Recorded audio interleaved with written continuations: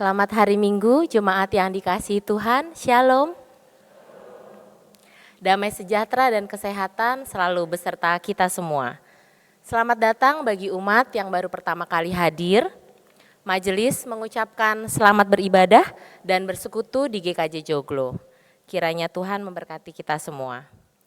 Agar ibadah berjalan dengan hikmat, mohon untuk menonaktifkan handphone ataupun diubah ke nada getar ataupun silent.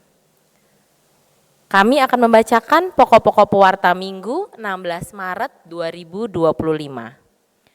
Yang pertama, persidangan majelis bulan Maret. Persidangan majelis pleno akan diselenggarakan pada hari Jumat 21 Maret 2025 bagi Bapak Ibu dan juga umat yang memiliki keperluan gerejawi dipersilahkan untuk menghubungi majelis wilayahnya masing-masing. Pemilihan anggota majelis. Sehubungan dengan adanya beberapa anggota majelis yang akan selesai masa jabatannya pada bulan Mei 2025, maka Majelis GKJ Joglo menyelenggarakan pemilihan anggota majelis sebagai penatua ataupun diaken. Adapun anggota majelis yang akan menyelesaikan masa pelayanannya adalah sebagai berikut. Wilayah 2, Penetua Akira Yulia Sekar dan Diaken Oni Ramona. Wilayah 3, Penetua Yohanes Joko Kristianto, Penetua Charles Lendra, Diaken Heru Mulyono, dan Diaken Setio Purwanto. Wilayah 4, Penetua Poni Patmiati, Penetua Sigit Purwanto, dan almarhum Penetua Timotius Narman. Wilayah 5, Penetua Aditya Ari Ratna Susetiawan. Selain itu akan diselenggarakan pula pelerehan dalam rangka penyesuaian jabatan gerejawi bagi wilayah 3 Penetua Yulitias Kristianti. Majelis memohon para calon untuk dapat mengembalikan surat kesanggupannya sebelum tanggal 21 Maret 2025. Para calon majelis ini akan dipilih dalam ibadah Minggu 20 April 2025. Majelis GKJ Joglo mengharapkan peran serta segenap warga jemaat dewasa untuk bersungguh-sungguh dalam mewujudkan tanggung jawab gerejawi dengan ikut serta dalam menyediakan diri, mengajukan nama, mendoakan dan mengambil bagian dalam pemilihan dan juga menjaga agar proses dapat berjalan dengan sebaik-baiknya. Tuhan Yesus kiranya berkenan memakai dan memberkati kita dalam mewujudkan kehendak-Nya. Berita kelahiran. Keluarga Ibu Yanita Sukmasari, warga GKJ Joglo wilayah 2C dan Bapak Yolando Ambarita telah menerima berkat karunia Tuhan dengan kelahiran putrinya yang kedua pada hari Minggu 2 Maret 2025 di Jakarta. Anak diberi nama Grace Naomi Tiurma Ambarita. Majelis dan warga jemaat mengucapkan selamat berbahagia. Pintu sliding kaca. Pemasangan pintu sliding kaca dalam ruang ibadah GKJ Joglo telah terlaksana. Saat ini kondisinya masih dalam proses uji coba. Pintu tertutup secara otomatis. Mohon bagi jemaat untuk tidak menutup pintu secara manual. Untuk berita-berita komisi, panitia dan juga berita lainnya yang lebih lengkap, dapat dibaca dalam pewarta digital yang sudah diberikan di WAG wilayah masing-masing ataupun dapat dibaca di dalam aplikasi GKJ Joglo. Umat yang terkasih, salib Kristus adalah tanda cinta kasih Allah pada dunia. Lambang derita itu diubahnya menjadi tanda pengharapan supaya setiap orang yang percaya beroleh kesempatan untuk hidup benar di dalam Tuhan. Ibadah pada minggu ini mengangkat tema merengkuh salib yang berdasarkan atas Lukas 13 ayat 31 sampai 35. Ibadah akan dipimpin oleh Pendeta Rudi Arianto dari GKJ Ebenezer dalam rangka tukar pelayan firman GKJ Klasis Jakarta bagian Barat. Kita akan memulai ibadah ini dengan berdiri serta bersama-sama memuliakannya melalui pujian Nyanyikanlah Kidung Baru 3 bait 1 dan 2 Terpujilah Allah.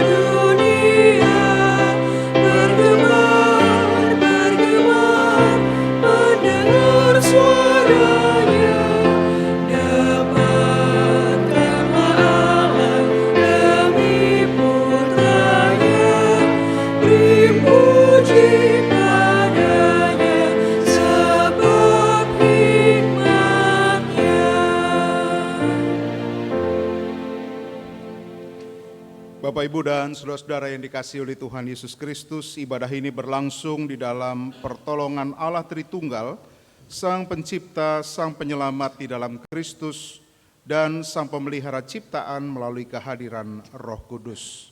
Amin.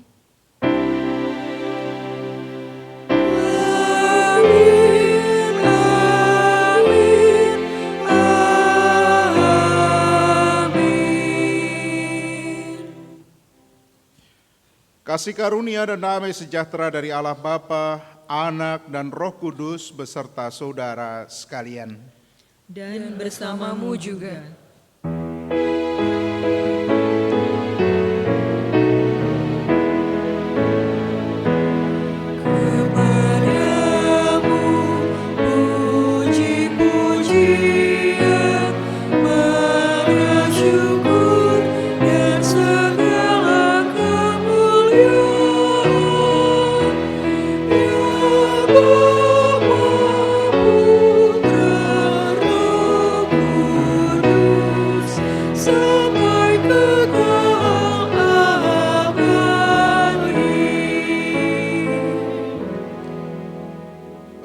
Persilakan duduk.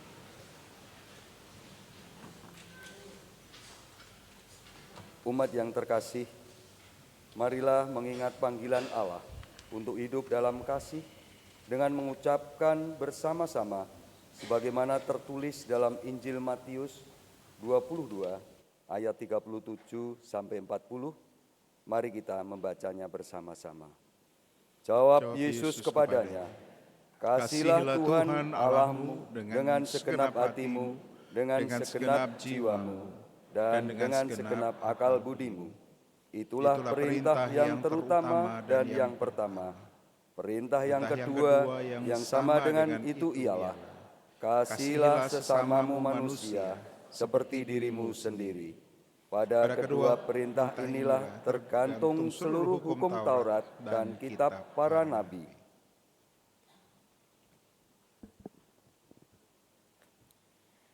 Dengan penuh kerendahan hati, marilah mengakui segala salah serta dosa kita. Lilin yang terselubung ini adalah tanda hati manusia yang sering diselubungi dosa sehingga menghalangi pancaran kasih kemuliaan Allah. Marilah kita berdoa. Ya Allah, ampunilah kami atas segala kesalahan dan dosa yang telah kami perbuat. Seringkali kami berbuat semena-mena kepada sesama dan ciptaan-Mu yang lain. Dalam hikmat dan belas kasihan Kristus, kami memohon pengampunan-Mu. Amin. Kita akan menyanyikan nyanyian penyesalan berdasarkan Nyanyikanlah Kidung Baru 10 bait 1 dan 2 dari Kungkungan Malam Gelap.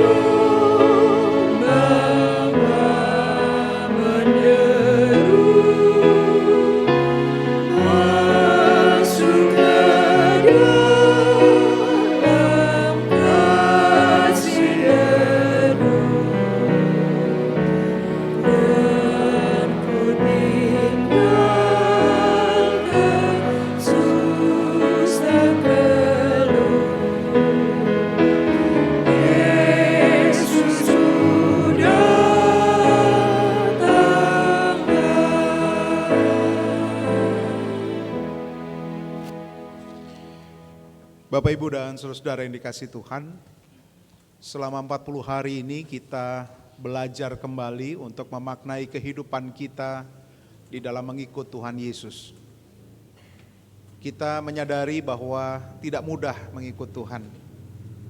Tidak mudah menjadikan Tuhan sebagai yang utama di dalam kehidupan kita. Ada banyak hal yang harus kita kalahkan dari diri kita agar kita menjadi orang-orang yang taat. Pada saat ini Bapak Ibu, saya mengajak kita sekalian untuk datang kepada Tuhan. Kita kembali merenungkan hal-hal apa sajakah yang sudah membuat hati Tuhan sedih, yang sudah mengecewakan hati Tuhan. Biarlah itu kita bawa kepada Tuhan, kita letakkan di bawah kaki Tuhan. Dan kita memohon agar kita diperbaharui oleh Tuhan. Firman Tuhan di dalam Yakobus pasalnya yang pertama ayat 12 menjadi berita anugerah bagi kita. Demikian firman-Nya. Berbahagialah orang yang bertahan dalam pencobaan, sebab apabila ia sudah tahan uji, ia akan menerima mahkota kehidupan yang dijanjikan Allah kepada orang-orang yang mengasihi Dia.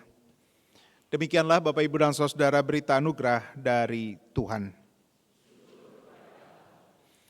Marilah bersama-sama kita bangkit berdiri dan kita menaikkan pujian dari pelengkap Kidung Jemaat 126, Hanyalah Yesus Juru Selamat.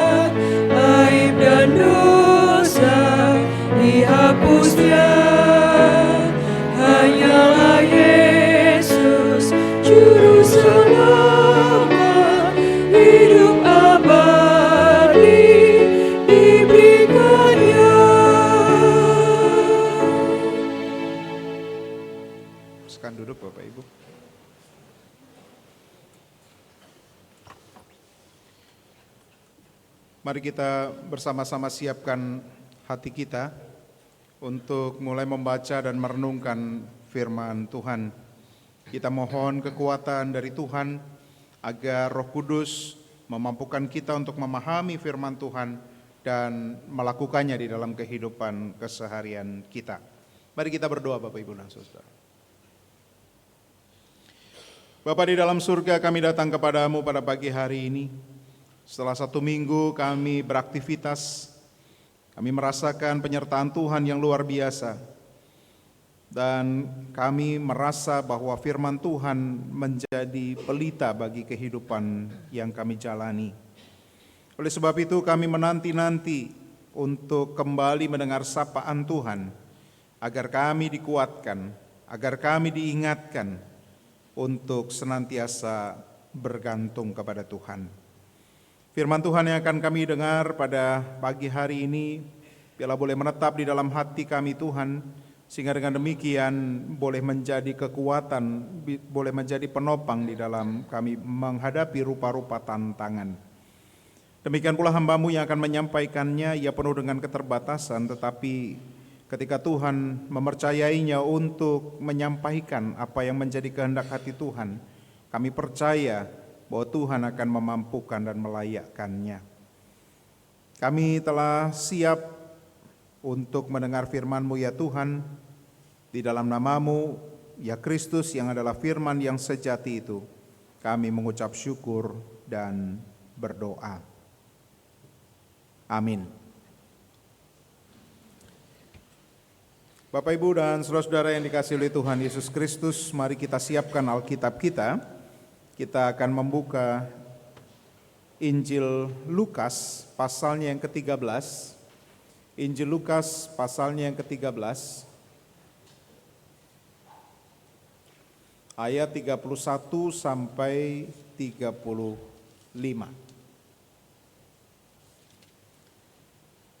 Lukas 13 ayat 31 sampai 35.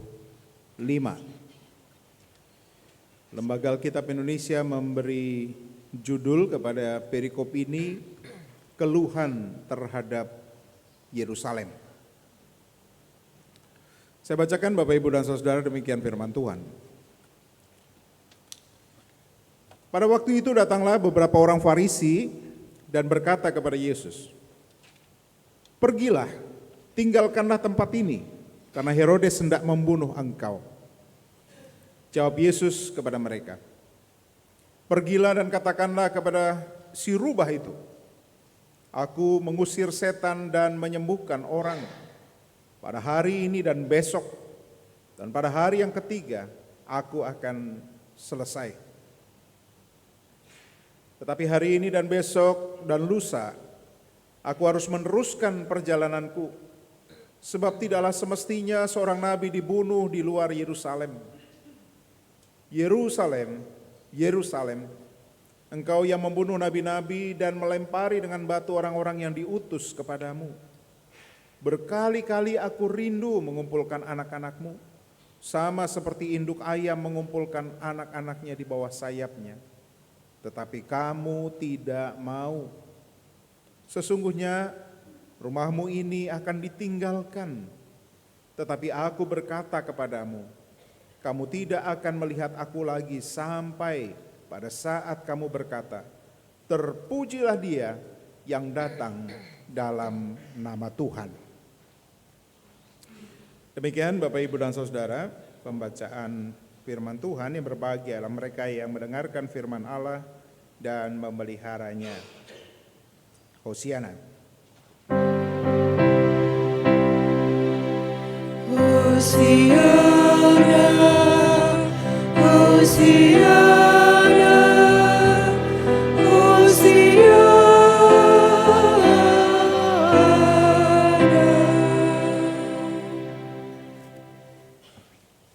Bapak Ibu dan Saudara yang dikasihi oleh Tuhan Yesus Kristus, setiap kita sebagai manusia pastilah menginginkan yang terbaik terjadi di dalam kehidupan kita. Oleh sebab itu bagi orang Kristen biasanya kita menaikkan permohonan kepada Tuhan agar segala sesuatu di dalam kehidupan kita lancar-lancar, segala sesuatu baik adanya. Apa yang biasanya kita mintakan kepada Tuhan, Bapak Ibu dan Saudara, ada banyak hal ya. Kita minta kepada Tuhan supaya kita sehat, kita minta kepada Tuhan supaya karier kita lancar, kita minta kepada Tuhan supaya usaha kita berhasil, kita minta kepada Tuhan supaya anak-anak kita sekolahnya berhasil, mereka bisa lulus dengan baik, memperoleh pekerjaan yang baik, memperoleh pasangan hidup yang baik, dan kemudian dapat memiliki segala apa yang didambakan oleh setiap orang yang hidup ya, seperti fasilitas, materi dan lain sebagainya. Tetapi Bapak Ibu dan Saudara, apa yang kita harapkan itu tidak selalu yang terjadi di dalam kehidupan kita. Itu harus kita akui. Meskipun kita seorang Kristen yang percaya bahwa apa yang kita minta kepada Bapa dengar dan Bapa akan mengabulkan, tetapi kita juga mengalami rupa-rupa pergumulan. Bisa jadi Bapak Ibu dan Saudara, hidup kita tidak mulus-mulus saja. Misalnya kita terkena sakit penyakit yang mungkin harus membuat kita menderita bertahun-tahun lamanya. Mungkin kita memiliki anak yang tidak bisa dipegang Bapak Ibu dan Saudara. Ya, dia hidup dengan caranya sendiri. Mungkin dia tidak mau mendengar kita sebagai orang tuanya. Mungkin usaha kita gagal. Mungkin di kantor kita dihambat. Ada banyak hal lagi yang membuat kita kadang memiliki pertanyaan-pertanyaan teologis, kenapa kok ini terjadi di dalam kehidupan orang percaya? Apakah ada yang salah dengan diri saya? Itu biasanya yang menjadi respon otomatis kita. Karena kita berpikir bahwa Tuhan itu akan sayang kepada anak-anaknya yang baik, Dan kalau tidak baik keadaan anak-anaknya, maka itu berarti hidupnya juga tidak baik. Oleh sebab itu biasanya pertanyaan teologis, saya salah apa Tuhan? Kok diperlakukan seperti ini? Bahkan ada sebagian warga gereja yang saya kenal, berpelayanan juga Bapak Ibu dan Saudara, ya sampai pada titik puncak pergumulan dan kemudian berkata, di mana Tuhan? Dalam kondisi semacam ini, mengapa Tuhan membiarkan hal ini terjadi kepada saya?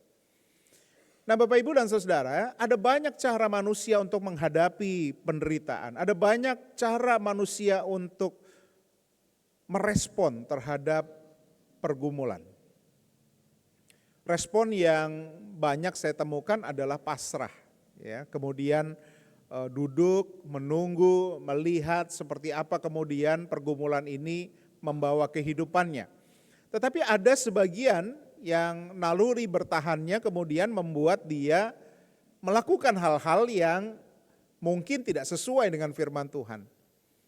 Ya, seperti kemudian bernegosiasi dengan situasi dan kemudian berkompromi dengan situasi sehingga kemudian melenceng dari apa yang seharusnya dia lakukan, dan dengan itu dia kemudian mendapatkan sesuatu yang dia anggap memperingan situasinya. Saya juga mengalami beberapa kondisi semacam ini Bapak Ibu dan Saudara. Saya punya seorang jemaat yang saya pernah ceritakan mungkin ya kepada Bapak Ibu dan Saudara. Saya punya jemaat yang sudah sedikit lagi menduduki posisi puncak dan dia kemudian dipanggil oleh atasannya. Kamu mau nggak posisi ini? Sebab ada banyak orang yang menginginkan posisi ini. Orang rebutan untuk mendapatkan posisi ini. Dan saya sebagai pimpinanmu melihat kamu berada di urutan yang teratas, yang pantas untuk menduduki posisi ini. Nah tetapi ada nota, ada notes yang diberikan oleh supervisormu kepada saya. Dan ketika dibuka Bapak Ibu itu tunjukkan kepada jemaat ini, ya ada tulisannya.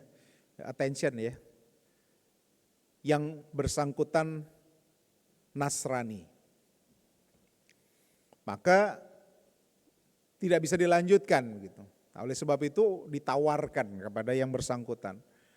Kamu mau enggak? Ya, kalau kamu pindah, ya saya nanti urus segala sesuatunya. Kamu nanti masuk kembali sudah naik jabatanmu. Wah Bapak Ibu dan Saudara, orang ini kemudian bergumul begitu ya di dalam mengambil keputusan. Kalau saya tidak mengambil ini, maka berarti sia-sialah segala daya upaya yang sudah saya kerjakan sekian belas atau bahkan sekian puluh tahun namanya. Dan mungkin saya akan menjadi pegawai administratif saja sampai pada pensiun saya begitu ya, saya tidak akan mendapatkan apa-apa. Tetapi kalau saya mengambil tawaran ini, maka berarti saya harus mengingkari iman saya dan saya harus menyangkal Tuhan Yesus. Wah, ini intens sekali Bapak Ibu ya. Intens sekali tekanan ini. Karena kemudian yang bersangkutan itu dibelikan tiket untuk berziarah dan lain sebagainya. Kalau saya senang Bapak Ibu diberikan tiket berziarah begitu ya. Berziarah ke Yerusalem, tetapi sayang ini bukan ke Yerusalem ziarahnya, tetapi ke tempat yang lain begitu. Ya, orang ini datang kepada saya dan menangis Bapak Ibu. Kenapa kok Tuhan memposisikan saya pada tempat ini? Saya sangat kecewa pada situasi ini.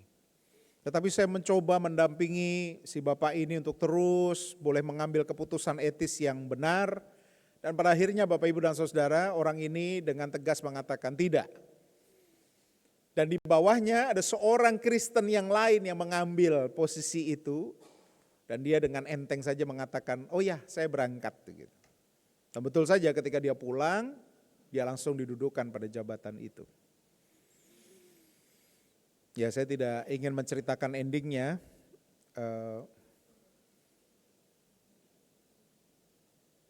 Ya kalau nggak diceritakan nanggung sih ya. Endingnya KPK lah, begitulah ya. Endingnya KPK. Dan kemudian jemaat ini datang kepada saya, kemudian kembali nangis-nangis lagi. Pak, terima kasih untuk advisnya, saya tetap teguh berpegang pada Tuhan Yesus dan sekarang saya hidup tenang. Temannya ini ya kita tidak tahu bagaimana kabarnya begitu ya Bapak Ibu dan Saudara. Memang naluri kita selalu menghindari apa yang kita sebut sebagai penderitaan atau pergumulan itu. Dan kita akan belajar pada pagi hari ini apakah Yesus juga melakukannya dan sejauh mana kuasa Yesus menjaga kita, menjamin kita, sehingga harusnya kita tidak perlu khawatir di dalam menghadapi pergumulan. Di dalam bacaan kita tadi Bapak Ibu dan Saudara, kita belajar dari sikap yang diperlihatkan oleh Kristus di dalam menghadapi kesulitan dan pergumulan. Dikisahkan ada banyak orang Farisi datang kepadanya dan meneror dia. Ini teror nih Bapak Ibu dan Saudara ya. Kamu sudah diincar oleh Herodes dan kalau kamu tidak hati-hati kamu akan mati. Kamu gak boleh lagi berada di sini, kamu harus keluar dari sini. Ya ini biasa ya Bapak Ibu, orang-orang Farisi ini memakai tangan orang lain untuk mengeksekusi apa mau mereka. Kalau di dalam budaya Jawa istilahnya apa ya? Nabok nyilih tangan ya. Wong nabok ya nabok aja gitu ya, nggak usah nyilih tangan. Tapi ini yang dilakukan oleh orang-orang Farisi dan Bapak Ibu dan Saudara, sebagai seorang manusia harusnya Yesus merasa khawatir. Wah ini betul ini ya. Kalau saya tidak mengikuti apa yang diancamkan ini, saya harus keluar, maka saya mungkin akan mengalami hal yang buruk. Saya tidak tahu ada perbedaan istilah di dalam TB1 dan TB2 Bapak Ibu. TB1 itu memakai istilah serigala, sedangkan TB2 itu memakai apa tadi? Rubah ya. Fox ya. Rubah itu memang terkenal dengan apa kelicikannya begitu ya. Mungkin itu yang mau diangkat gitu dari personifikasi ini. Yesus malah mengatakan, katakan kepada si rubah itu, aku 3 hari di tempat ini dan harus 3 hari, tidak bisa ditawar-tawar karena aku punya misi yang harus aku selesaikan. Misiku bukan tentang menyenangkan hatinya. Kalau aku ingin menyenangkan hatinya aku akan pergi.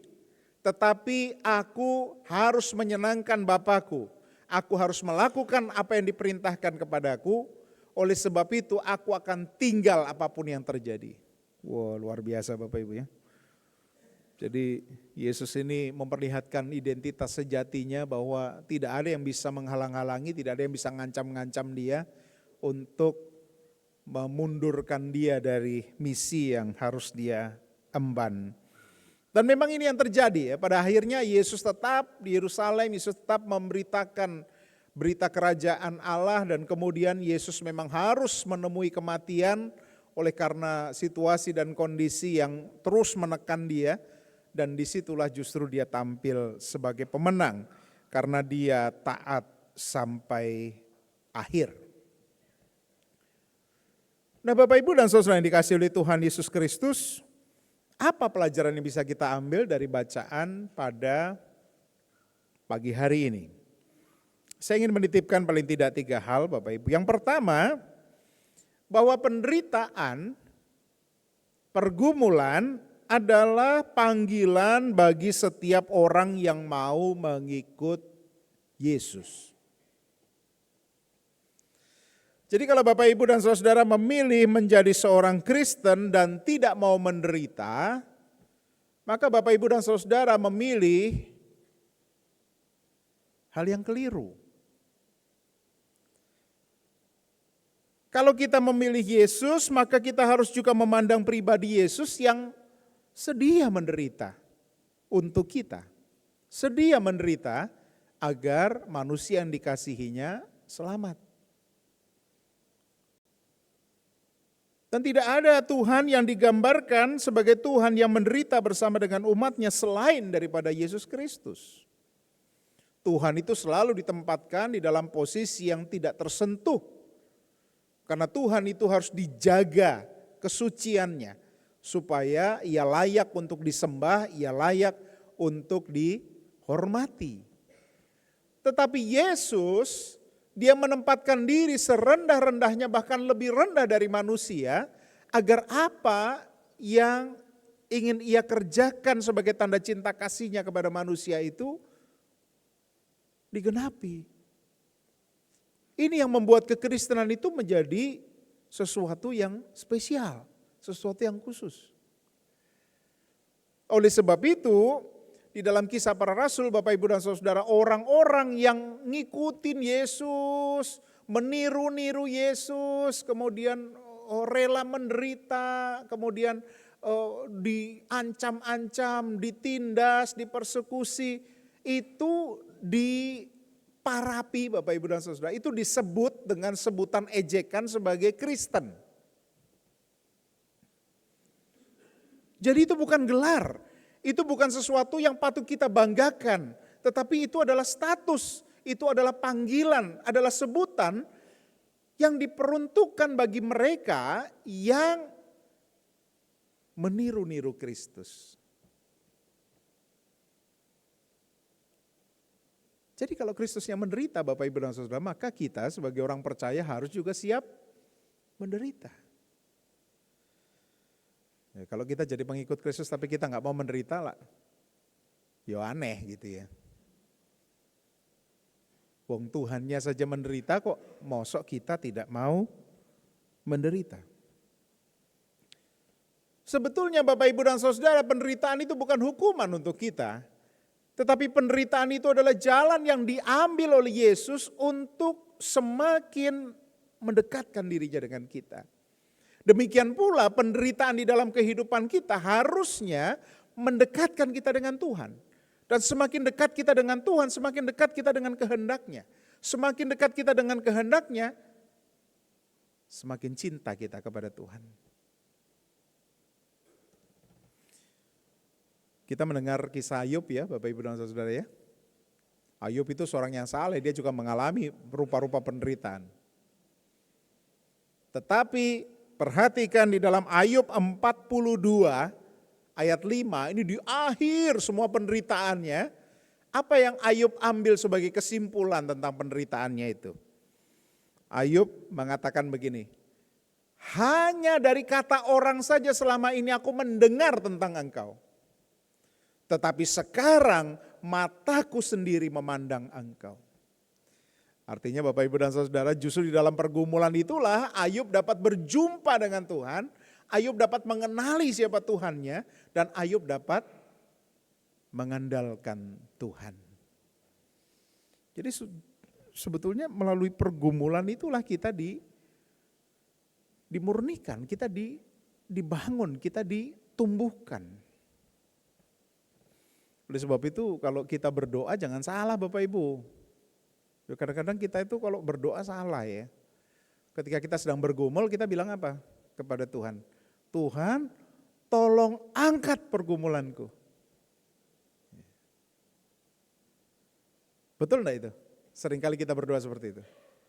Tuhan tolong angkat pergumulanku. Bapak Ibu kalau anak, ini kan anak-anak kita lagi ujian ya. Cucu-cucu kita lagi ujian ya. Lagi ujian nih, mereka lagi ujian, kemudian sudah dibagi, kertasnya sudah siap dikerjakan, kemudian ya silakan buka kertasnya, kerjakan soalnya. Kemudian anak kita buka kertasnya itu, kemudian dibaca soalnya, waduh rano sing ngertiin. Raiso mengerjakan. Kemudian dia bilang gini kepadaku, Bu Guru, tolong angkat saja ini kertas ini. Saya nggak bisa kerjakan. Kira-kira apa yang akan dilakukan oleh guru? Apa yang akan dilakukan oleh guru kita? Nggak mungkin langsung diangkat Bapak Ibu dan Saudara ya. Biasanya gurunya itu membujuk dulu. Sudah coba kerjakan yang kamu bisa. Usaha dulu. Ya, nanti kalau memang sudah mentok ya sudah kumpulkan saja gitu. Tetapi guru nggak akan mengangkat kertas kita. Kalau guru sampai mengangkat kertas kita, Bapak Ibu dan Saudara, apa yang terjadi pada kita? Yora lulus. Orang yang ujian dan tidak mau mengerjakan soal ujiannya, dia tidak akan lulus. Orang yang tidak mau berusaha menyelesaikan persoalannya, dia tidak akan lulus di dalam ujian. Kalau orang tidak lulus, dia tidak akan naik tingkat yang lebih tinggi. Oleh sebab itu, kalau kita bergumul, berdoalah kepada Tuhan, Tuhan, aku percaya bahwa setiap penderitaan dan pergumulan yang aku terima ini adalah cara bagi Tuhan untuk membangun diriku. Oleh sebab itu Tuhan, kuatkanlah aku di dalam aku berproses supaya aku dapat menyelesaikan pergumulan ini dengan baik. Sehingga aku bisa memandang Engkau seperti Ayub. Itu sikap yang sehat bagi kita untuk menghadapi pergumulan. Jangan justru endo Bapak Ibu dan Saudara. Kalau kita endo, kadang-kadang kita miss sesuatu yang mungkin baik, indah, yang Tuhan siapkan di dalam badai. Ya kadang-kadang di dalam badai yang dahsyat itu ada pelangi Bapak Ibu dan Saudara. Di situ Tuhan sedang mengerjakan sesuatu yang indah untuk kita. Hal yang kedua Bapak Ibu dan Saudara, kesetiaan kita di dalam penderitaan menjadi kunci pertumbuhan kita. Setia, sabar di dalam berproses. Itu adalah cara Tuhan untuk terus membangun kita semakin dekat kepadanya. Banyak orang tidak sabar berada di dalam bentukan Tuhan. Padahal setiap bentukan Tuhan itu memiliki tujuan akhir yang baik. Ya kita seperti nonton bioskop ya Bapak Ibu dan Saudara ya. Nonton bioskop itu padahal kan biasanya jagoannya kalah duluan, betul nggak Bapak Ibu? Ya, itu yang bikin kita jadi gregetan toh. Nanti ketika jagoannya kemudian muncul di bagian belakang gitu dan dia mengalahkan semua musuhnya, waduh senangnya luar biasa. Saya dulu waktu kecil itu di daerah Manggarai ya, di Jembatan Merah itu ada sebuah bioskop Bapak Ibu. Namanya bioskop Riang. Ada layarnya besar gitu di depan, kemudian di bawahnya itu ada warungnya. Jadi nanti ketika nonton, kira-kira sudah habis kalah jagoannya itu, kemudian mati layarnya. Ada tulisan istirahat gitu. Nggak ngalami toh, yang muda-muda nggak ngalami maksudnya. Tapi yang sepuh-sepuh pasti ngalami gitu. Nah kemudian istirahat itu ngapain? Nah, kita ke warung itu di bawah layar itu ya, kita beli makanan, beli minuman gitu, kemudian kita ngemil dulu gitu segala macam. Nah nanti habis selesai sudah kita makan sudah minum, diputar lagi tuh filmnya. Wah itu kemudian jagoannya datang tuh Bapak Ibu, kalahkan satu persatu. Lalu apa yang dilakukan oleh para penonton Bapak Ibu? Keplok. Weh gitu ya, itu senangnya luar biasa. Itu zaman dulu. Bayangkan Bapak Ibu dan Saudara, kita mau nonton film, ya kita sudah duduk beli tiket mahal-mahal, nonton jagoannya kalah, kemudian saya kecewa. Kemudian kita keluar. Apa yang kita dapatkan dari film itu Bapak Ibu dan Saudara? Jagoannya kalah. Enggak gembira kita keluar dari bioskop itu. Harusnya keluar dari bioskop itu gembira Bapak Ibu. Karena kita membayar mahal supaya kita dibuat gembira oleh film itu. Tetapi karena kita tidak sabar maka kita tidak mendapatkan apa-apa. Banyak orang percaya yang seperti itu. Tidak mau berproses, baru berproses kepentok sedikit kemudian aduh saya enggak mau lagi Tuhan. Aduh saya enggak deh. Saya kalau begini mau deh. Dan kemudian apalagi eksesnya. Kemudian kita tidak mau bergereja, kita tidak mau berpersekutuan, kita tidak mau ketemu orang seiman, kita tidak mau berpelayanan dan seterusnya. Seakan-akan kita marah kepada Tuhan karena situasi ini dan kemudian biar Tuhan tahu. Emangnya gampang saya mengalami hal semacam ini. Padahal Tuhan itu ingin kita dengan tekun menjalani setiap proses itu supaya nanti kita menang. Saya waktu kecil, Bapak Ibu dan Saudara, ini cerita zaman saya kecil lagi. Itu ibu saya itu sering sekali menyulam. Dia senang sekali itu nyulam itu dia bisa menghasilkan banyak sekali lukisan-lukisan ya dari hasil dia menyulam itu. Wah, peralatannya banyak sekali. Saya ingat ya, suatu saat saya duduk di lantai, kemudian ibu saya duduk di kursi begitu, dia mengerjakan sulaman. Itu gambar pemandangan, ada rumahnya, kemudian ada pohon, ada macam-macam gitu, dia buat. Kemudian saya tanya sama ibu saya, "Ma, lagi bikin apa sih?"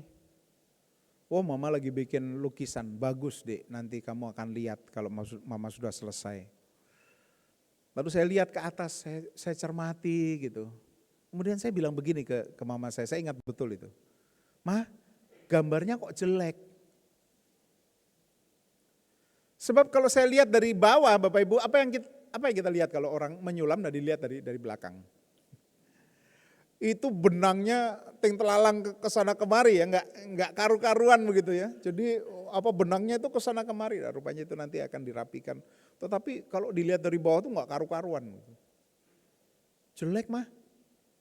Lalu mama saya bilang begini, "Yo sabar Dek, belum selesai kok, nanti ya, nek wis rampung."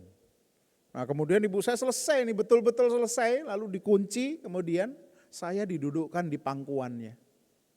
Nih lihat, seketika pikiran saya berubah Bapak Ibu dan Saudara. Wow, bagus ya, bagus. Kamu lihatnya dari bawah sih, kalau kamu lihat dari sini sama mama, bagus. Bapak Ibu, kita bayangkan Tuhan juga seperti itu ya. Tuhan itu sebetulnya punya rencana, punya rancangan yang indah, yang sudah diatur sedemikian untuk kehidupan kita. Tetapi ketika di tengah jalan kita mengambil keputusan, wes lah saya menyerah lah. Ya berantakan rencana Tuhan. Oleh karena keputusan kita. Ya Tuhan bisa pakai cara yang lain untuk tetap menjalankan rencananya. Tetapi pasti mungkin kita berdarah-darah dulu. Mungkin kita harus mengalami hal yang lebih berat dulu, baru kemudian kita bisa mencapai apa yang sudah Tuhan siapkan untuk kita. Oleh sebab itu kesetiaan menjadi kunci bagi tercapainya rancangan Tuhan di dalam kehidupan kita. Yang terakhir Bapak Ibu dan Saudara, Tuhan yang kita andalkan adalah Allah yang baginya tidak ada satu hal pun yang mustahil. Tuhan bisa melakukan segala sesuatu, Dia adalah Raja. Terkadang kita hanya fokus pada Yesus yang adalah manusia yang menderita. Kita lupa bahwa Dia adalah Yesus yang juga bangkit dari kematian. Yang perkataannya ya dan amin. Yang bersabda maka jadi. Kita lupa kepada figur Yesus yang itu sehingga kemudian kita ragu mempercayakan diri kita kepada Tuhan Yesus. Padahal tak kenal maka tak sayang. Tak sayang tak mungkin percaya Bapak Ibu dan Saudara. Maka satu-satunya jalan bagi kita untuk betul-betul mau mengandalkan hidup kita kepada Tuhan adalah sadar bahwa dengan mempercayakan hidup kita kepada Tuhan, hidup kita aman. Nah ini yang sulit ya Bapak Ibu. Kita sedang menjalani Minggu Prapaskah. Berapa hari Bapak Ibu? Berapa hari? 40 hari. Tahu nggak ngitungnya gimana? Minggu Prapaskah itu berapa minggu? Hah? Wush, hasil keren ya. 40 dibagi 7. Jadi gini cara ngitungnya ya, saya ajari ya. Minggu Prapaskah itu adalah minggu pertama sampai minggu kelima. Jadi ada 5 minggu Prapaskah yang kita jalani. Kemudian ditambah 1 minggu itu disebut sebagai minggu sengsara. Itu adalah minggu setelah minggu Palma. Ya, sampai kepada Paskah. Nah Bapak Ibu, minggu Prapaskah itu tidak termasuk hari Minggu. Tidak termasuk hari Minggu. Sehingga berapa hari? 6 hari. Ya. Maka ada 6 minggu dikali 6 hari. Kenapa kok minggu enggak masuk hitungan? Ada yang tahu? Kenapa hari Minggu nggak masuk hitungan? Karena hari Minggu itu adalah peringatan kebangkitan Tuhan Yesus. Ya, maka dia tidak dihitung. Ya kita lagi merayakan pemadaman kok malah justru kita merayakan kebangkitan ya. Maka hari Minggu tidak dihitung.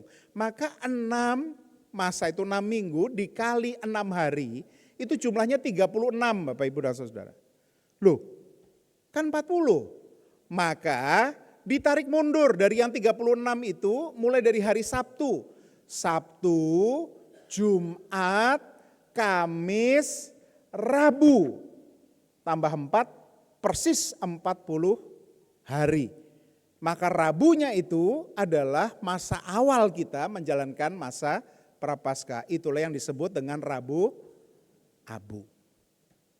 40. Yesus mempersiapkan pelayanannya 40 hari dicobai 40 hari berpuasa. Nyun sewu, puasa ndak? Puasa enggak? Kok mesam-mesem? Puasanya puasa apa? Puasa apa Bapak Ibu? Kalau Katolik itu keras sekali loh ya puasanya ya. Katolik itu puasanya 1 kali makan kenyang. 1 kali makan kenyang. Bapak Ibu ada yang ikut puasa Katolik? Lalu hari Jumat dan Sabtu tidak makan daging. Ya. 1 kali makan kenyang. Boleh, kita boleh mengambil itu. 1 kali makan kenyang. Wah sehat Bapak Ibu 1 kali makan kenyang. Cuman saran saya jangan 1 kalinya itu Sabtu ya. Jangan 1 kalinya itu sore-sore. Nanti rebutan takjil. Iya ya kalau sore nanti rebutan takjil, sudah rebutan takjil isinya gula semua itu. Ya kita nggak karu-karuan. Atau kalau kita tidak mau berpuasa 1 kali makan kenyang, kita bisa berpuasa dengan berpantang. Ini juga cara kita mendekat kepada Tuhan. Apa itu berpantang Pak? Kita menolak segala sesuatu yang selama ini mendatangkan kenyamanan untuk kita. Kita menolak segala sesuatu yang selama ini tidak bisa kita lepaskan dan kadang-kadang mengalahkan kepentingan kita untuk melayani Tuhan. Apa saja itu? Banyak Bapak Ibu dan Saudara. Istri saya, ya Mbak Eva, itu kalau masa Prapaskah gini berpantang medsos. Wah itu berat ternyata Bapak Ibu. Itu yang namanya Facebook, TikTok, kemudian Instagram itu dia uninstall semua dari HP-nya. Berat. Dari mana saya tahu berat? Ketika dia bangun tidur, Bapak Ibu tangannya begini-begini. Tapi nggak ada yang diginiin gitu. Dia baru ingat, oh iya aku uninstall ya gitu. Nggak bisa. Sakau Bapak Ibu dan Saudara ya. Kalau kita sudah terbiasa untuk melakukan itu. Bagaimana mungkin sosial media itu bisa menjauhkan kita dari Tuhan? Sekarang saya mau tanya Bapak Ibu.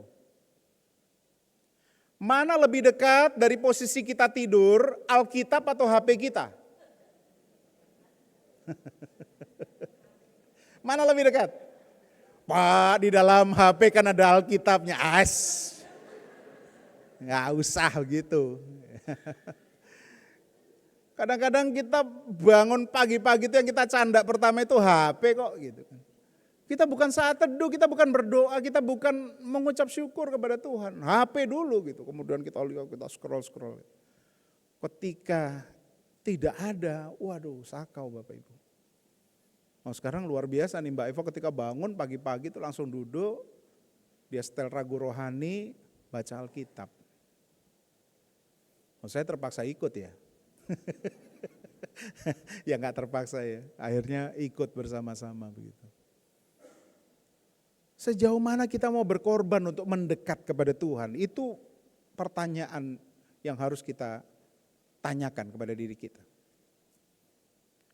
Mungkin kita suka nongkrong di kafe Bapak Ibu dan Saudara. Yang 40 hari ini nggak nongkrong dulu lah di kafe lah. Mungkin kita ngerokok ya basbus gitu mungkin.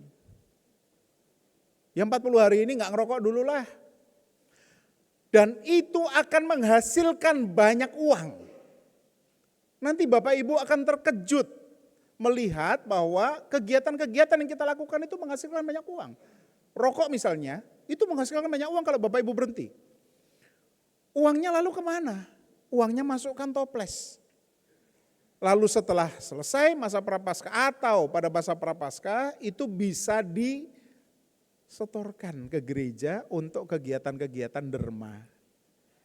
Entah itu untuk pelayanan, untuk baksos, untuk apapun. Itulah makna berpuasa, kita mau berkorban, menekan diri kita untuk kepentingan yang lain. Makanya lilinnya ditutupi Bapak Ibu dan Saudara, supaya ego kita ditutupi. Supaya kita fokus kepada Allah, bukan fokus kepada diri kita sendiri. Maka marilah di Minggu Prapaskah ini, ketika kita diajak retreat oleh Tuhan, kita manfaatkan. Ini retreat loh, 40 hari ini retreat. Jadi jangan sia-siakan Bapak Ibu. Ini adalah retreat di mana kita diajak oleh Tuhan untuk mendekat. Mari kita pergunakan, jangan kita perlakukan ini sebagai kegiatan komunal belaka Bapak Ibu. Kalau kegiatan komunal Bapak Ibu manut sama gereja. Yuk kita lakukan ini ikut, yuk kita lakukan ini ikut. Ini adalah panggilan personal kepada kita untuk mendekat kepada Tuhan. Maka mari kita pakai minggu-minggu Prapaskah ini dengan sebaik-baiknya. Supaya kita semakin dekat kepada Tuhan, semakin percaya, semakin meyakini kuasa Tuhan.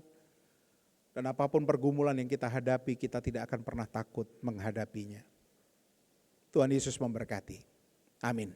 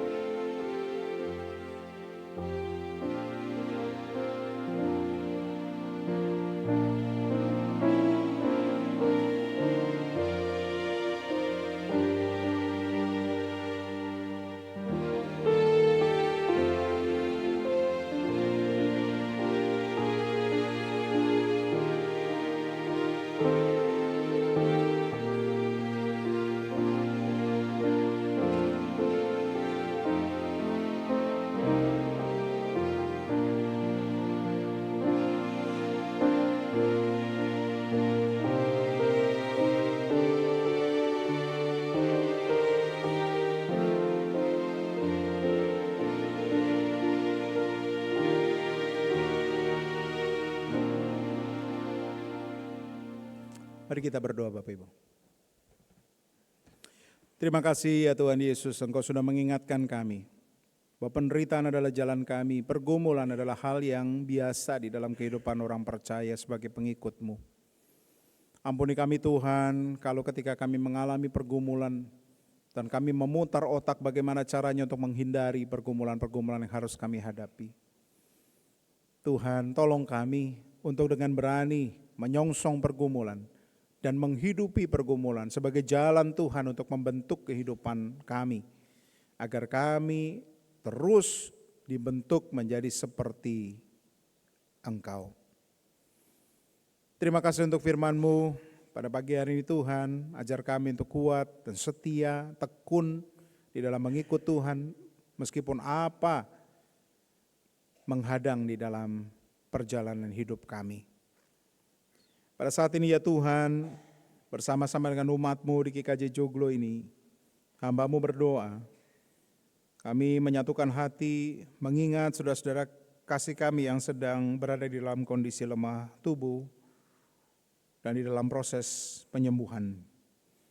Secara khusus kami mengingat Bapak Ignatius Hekso Yudiono dan Ibu Sumirah. Mari Bapak di dalam surga, Engkau berkenan untuk melawat saudara-saudara kekasih kami ini. Engkau mengulurkan tangan-Mu dan menjamah mereka. Kami percaya bagi-Mu tidak ada yang mustahil.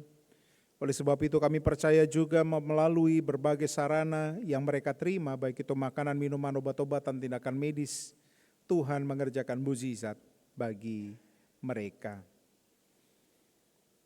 Kami juga secara khusus berdoa bagi keluarga yang mendampingi, kiranya Tuhan beri kekuatan, kesukacitaan di dalam melayani, sehingga melalui kehadiran mereka yang sakit ini boleh dibangun dan merasa sukacita. Kami juga secara khusus berdoa bagi para adioswa di gerejamu ini Tuhan. Mereka yang telah lanjut usia, para orang tua kami ini Tuhan, jaga mereka. Tuhan berkati mereka. Tuhan cukupkan kehidupan mereka. Tuhan beri kebahagiaan di dalam kehidupan mereka. Mereka yang berada di dalam kondisi lemah tubuh, kiranya juga Tuhan lawat dan Tuhan sembuhkan. Mari Tuhan, kehidupan para adioswa ini boleh menjadi kesaksian akan pemeliharaan Tuhan yang dengan cinta kasih dan kesetiaan senantiasa memerhatikan apa yang mereka butuhkan. Ajar kami juga untuk mencintai mereka dan belajar banyak dari mereka di dalam kehidupan bergereja. Kami juga secara khusus berdoa bagi saudara-saudara kami yang sedang mengalami rupa-rupa pergumulan. Mereka yang sedang mengalami keretakan di dalam hubungan suami istri, yang sedang mengalami persoalan di dunia kerja, di sekolahnya. Demikian pula mereka yang mengalami kegagalan di dalam dunia usaha. Mereka yang mengalami pergumulan ekonomi dan rupa-rupa pergumulan yang lain. Kami mohon kiranya Tuhan bersedia melawat saudara-saudara kekasih kami ini, sehingga mereka tidak undur dari persekutuan gereja, tetapi justru memaknai persekutuan ini sebagai topangan dan mereka boleh bertumbuh di dalam Tuhan. Demikian pula kami berdoa untuk mereka yang mencari pekerjaan, mereka yang mencari pasangan hidup yang sepadan.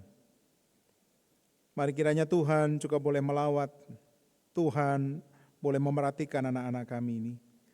Jangan mereka melenceng ke kanan ataupun ke kiri, tetapi biarlah pilihan-pilihan hidup mereka membuktikan kesetiaan mereka kepada Tuhan sampai akhir. Bapa di dalam surga, kalau sebentar kami akan mengakhiri peribadahan kami dan kami akan kembali ke rumah kami masing-masing untuk melanjutkan aktivitas kami, berkumpul bersama dengan keluarga. Tuhanlah yang menyertai kami ke tempat ini, Tuhan pula lah yang juga menyertai kami dalam perjalanan pulang kami. Bila persekutuan di gereja kami semakin erat dan kami semakin dibangun di dalam Tuhan dan menjadi berkat bagi lingkungan. Bangsa dan negara kami juga pasrahkan kepada Tuhan. Para pemimpinnya Tuhan berkati, beri kesehatan dan terlebih beri rasa takut akan Tuhan, sehingga mereka dapat memerintah dengan jujur dan adil sebagai amanah yang Tuhan percayakan kepada mereka. Masih banyak hal yang ingin kami mintakan kepadamu Tuhan, tetapi Engkau mengetahui. Oleh sebab itu kami serahkan seluruh pergumulan hidup kami sepenuh-penuhnya ke dalam tangan Tuhan. Di dalam nama-Mu Tuhan Yesus Kristus, Tuhan dan Juru Selamat kami yang hidup, kami mengucap syukur dan berdoa. Amin. Kesaksian pujian oleh vokal grup pemuda, Kau Mengenal Hatiku.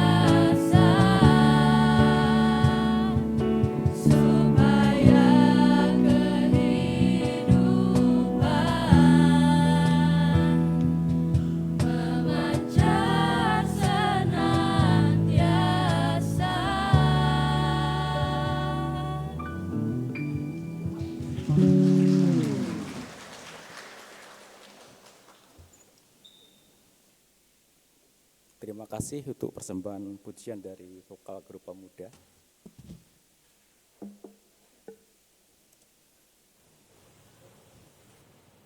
Bapak Ibu umat yang terkasih, kami undang untuk bangkit berdiri.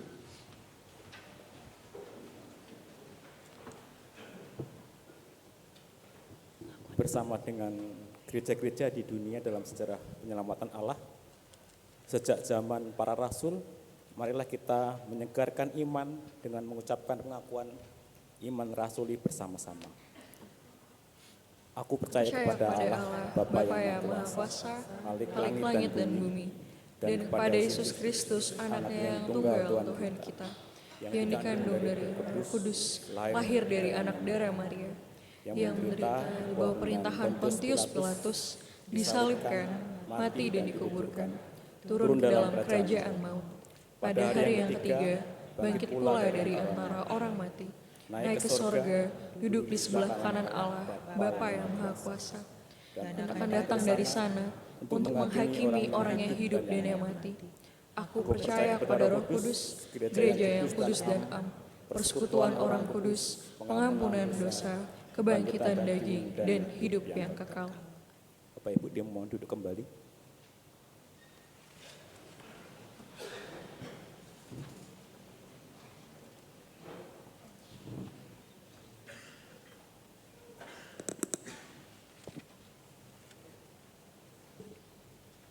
Umat yang terkasih, marilah kita mengumpulkan ungkapan syukur bagi Tuhan.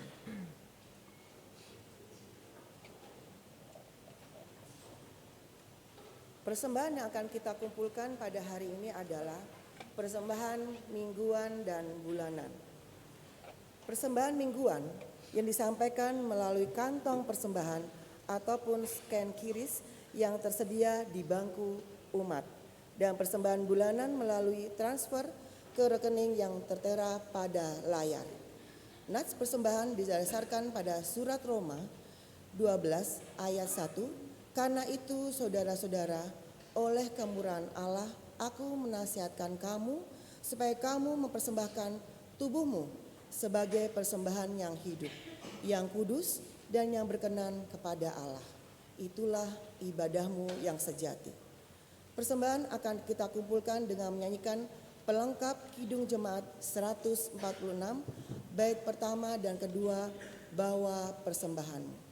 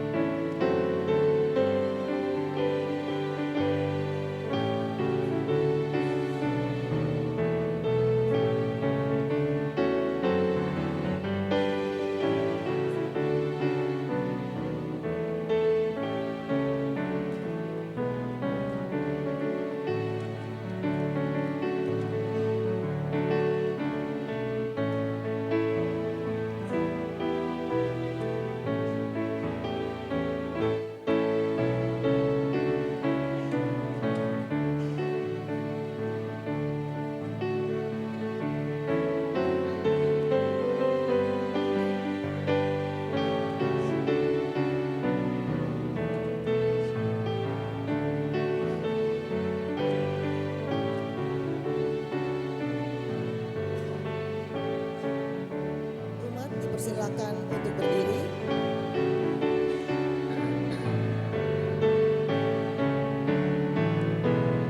Rahmat Tuhan padamu tidak tertandingi oleh apa saja pun dalam dunia.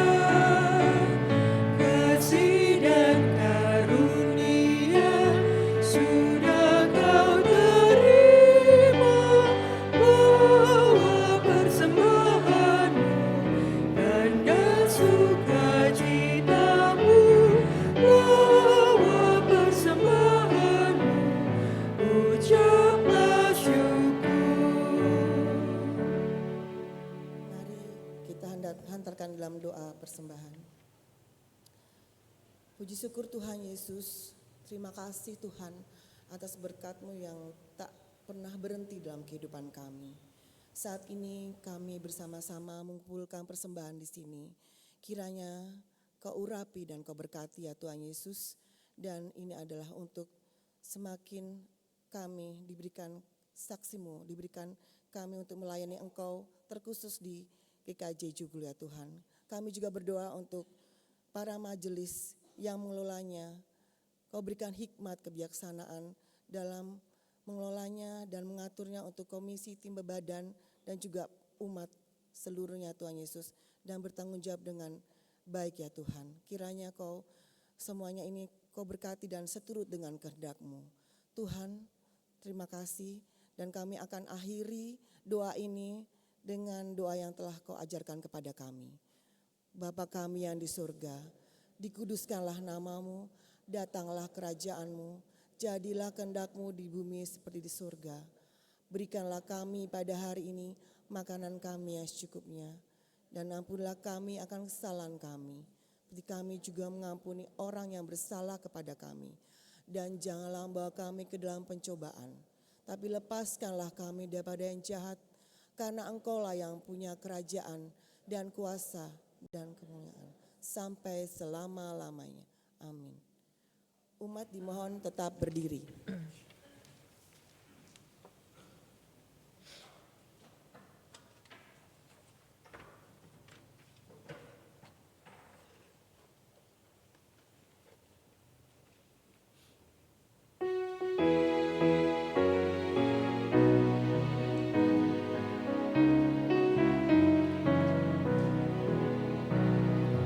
Ikuti Kau saja Tuhan, jalan damai bagiku. Aku sama dan sentosa hanya oleh darah-Mu. Aku ingin ikuti Kau dan mengabdi padamu. Dalam Dikau juru selamat, ku bahagia penuh.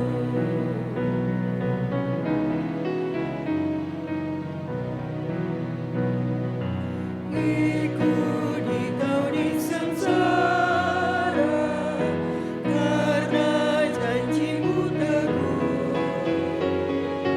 Atas masa kegelapan, ku menang bersama-Mu. Aku ingin ikuti Kau dan mengabdi padamu. Dalam Dikau juru selamat, ku bahagia penuh. Bapak Ibu, saudara-saudara, arahkanlah hatimu kepada Tuhan. Kami mengarahkan hati kami kepada Tuhan. Pandanglah dunia dengan penuh kasih. Kami memandang dunia dengan penuh kasih, Terpujilah Tuhan. kini dan selamanya. Kini pulanglah dalam damai sejahteranya dan terimalah berkat Tuhan. Tuhan memberkati engkau dan melindungi engkau. Tuhan menyinari engkau dengan wajah-Nya dan memberi engkau kasih karunia. Tuhan menghadapkan wajah-Nya kepadamu dan memberi engkau damai sejahtera. Amin.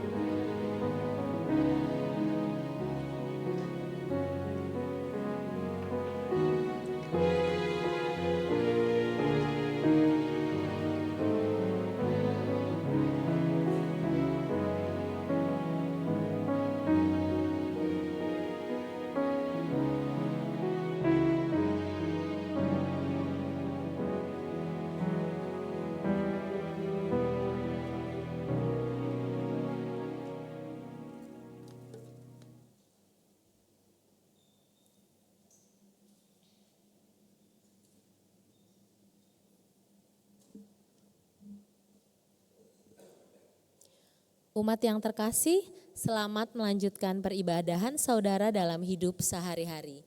Kiranya Tuhan menyertai kita. Selamat hari Minggu, Tuhan memberkati.